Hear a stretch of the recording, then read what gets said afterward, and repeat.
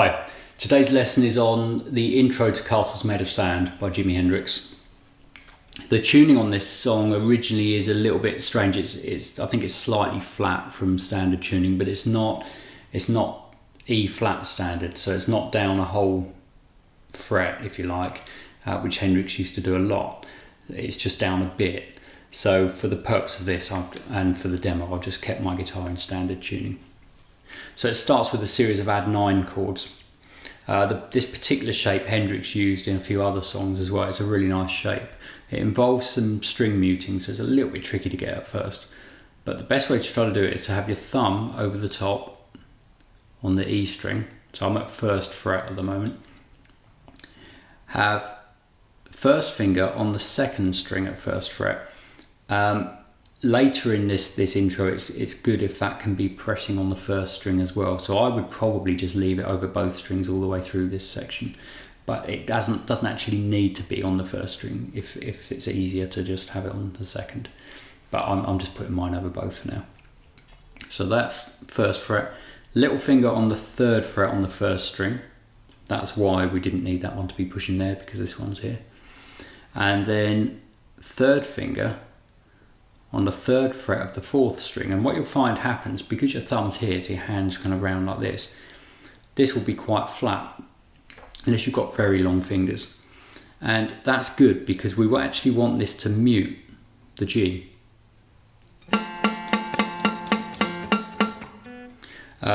You can play this with the G open all the way through, which also sounds nice, but I think on the original recording, I think he was muting it.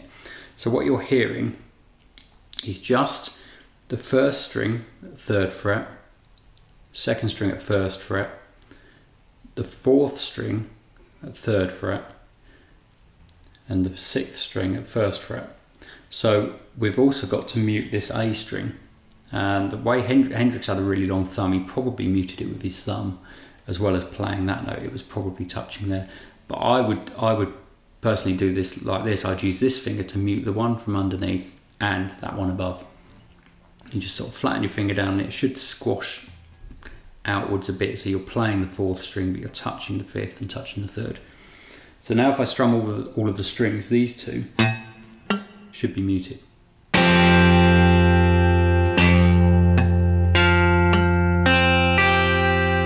So that's what you need to get to begin with. Once you've got the hang of that, we then need to move that around. So we play it like this. Play it once and slide along 2 frets without picking again. So it's, and then we do the same thing, but start here and slide along 3. Play it again, slide along 2. So all of that together is. Then we do a similar thing, but backwards. So you play this one again and slide back 2. Play it again, slide back 3. Play it once more and slide back 2 to where we started. So that was. And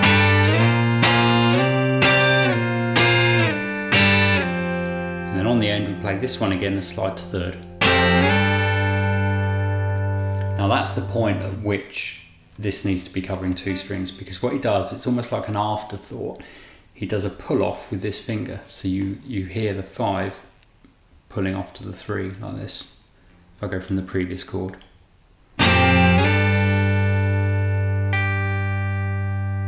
that's a really nice little touch, it kind of resolves it. So to be able to do that, that has to be pushing on both strings here. So as I said earlier, I would just have it on both all the way through. It's quite fast and then you don't have to worry about changing your shape at that last point.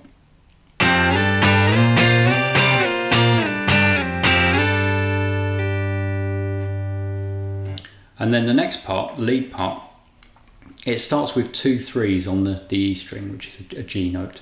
So 2 of those. Now your thumb's already there from playing that chord, so it makes sense to leave your thumb there and use that. But you could swap to a finger. And then we go through part of a G pentatonic major scale, which is like this.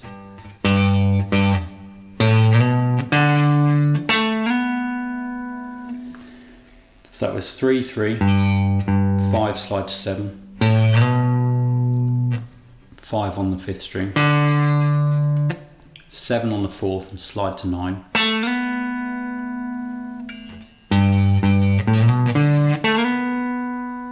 And then put your first finger over 4 strings at the 7th fret and leave it there.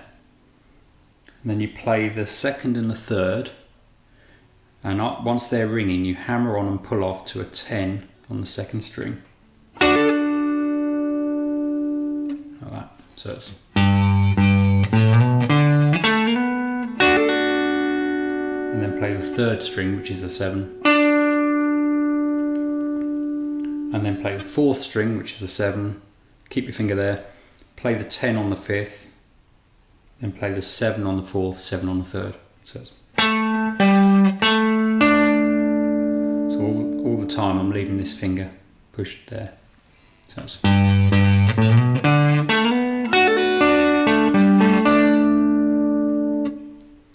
and then we slide into an A, which is 5th fret on the E string. Probably 3rd finger, but you could use 2nd. Then the C here, which is 5th string, 3rd fret. And with your 3rd finger, flatten it down here over the middle 2 strings. Doesn't matter if it touches ones below or above. And we just play those middle 2 strings. So that's basically an A minor 7 arpeggio. And then we want to have these notes again, but now with the first finger. So we move across to here and play middle 2 strings once, add this finger onto just the 4th string, so now we've got a 7 and a 5, play it once more, take that finger away, play them once more. So it's these are called double stops, where you play 2 strings together. You may already know that. Hendrix used double stops a lot. Add the little finger on the 8 on the 5th string, and then play the 5 on the 4th. So from this arpeggio it was. Keep that finger there, and then we play kind of a B flat 6 arpeggio, which is 6 on the 6th string, 8 on the 5th, and the 5 on the 4th string that your finger's already on. So from the first 2 notes of the lead with your thumb, it's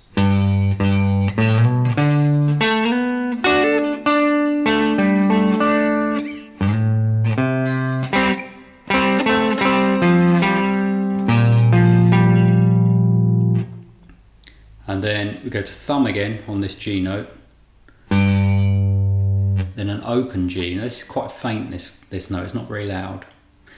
It's possible he could be playing 5th fret on the 4th string, but I think it sounds like an open string. So but this would be the same note. And then with the first finger, 5th string, 3rd fret, hammer on to 5th fret. And then here, I've transcribed exactly what I think he played. You might not want to be this accurate with this bit, but I'll tell you what he actually played, and then you can go from there. So he plays the middle 2 strings with this finger, but initially only plays the 4th string, then plays the 2 together. So he probably plays a downstroke on the 4th string and an upstroke on both. Like that. So that was.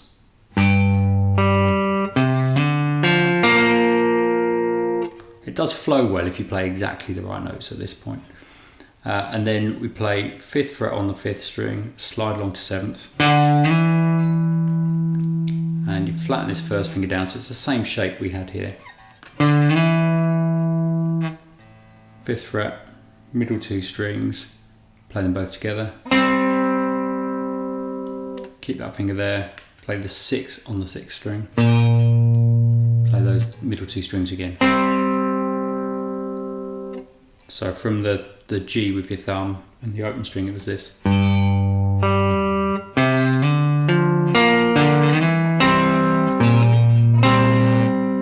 And then he almost repeats it, but not quite. Plays the G again with the thumb. And then plays 4th fret on the 3rd string, 5th fret on the 4th string. That could be played with as the 2nd and 3rd strings open. Same notes, but I think it sounds like fretted notes. So Similar thing here, we do the hammer on from 3 to 5 on the 5th string. And this time he plays the 2 strings together and then the 4th string on its own afterwards, so he swapped them around. Not sure whether that's intentional, but that's just what he did. So it's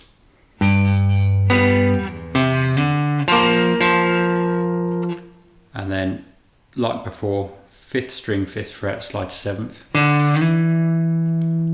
and play the similar thing to what we did there, the middle 2 strings, play them together, and then just play the 4th string on its own. And then to finish, we play a B flat note here, which is 6 on the 6th string. So that whole last sequence was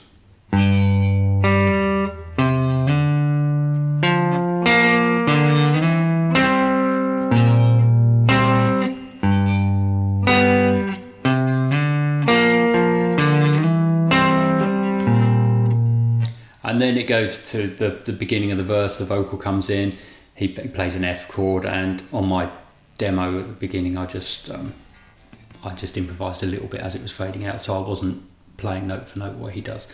But yeah, it's basically an F chord. Knowing Hendrix, he probably played it like this. That's exactly the same notes as in a bar chord. You're just using thumb over the top. So he then goes into the chord sequence and plays little fills and things like he used to a lot, playing the chord and playing little lead lines. We can look into that on a separate video perhaps, but this is just the intro for now. So that's the whole thing. It's not particularly easy like Hendrix things aren't, and trying to make it sound like him is very difficult. But you can learn a lot, I think, from his style of playing, where he used to merge the chords with the lead. I think it's kind of like a thing he possibly got from Curtis Mayfield, so I've heard. But yeah, really nice style of playing, and another great Hendrix intro. Okay, I hope that works out and you like that one. If you do, please click like, and please subscribe if you haven't already.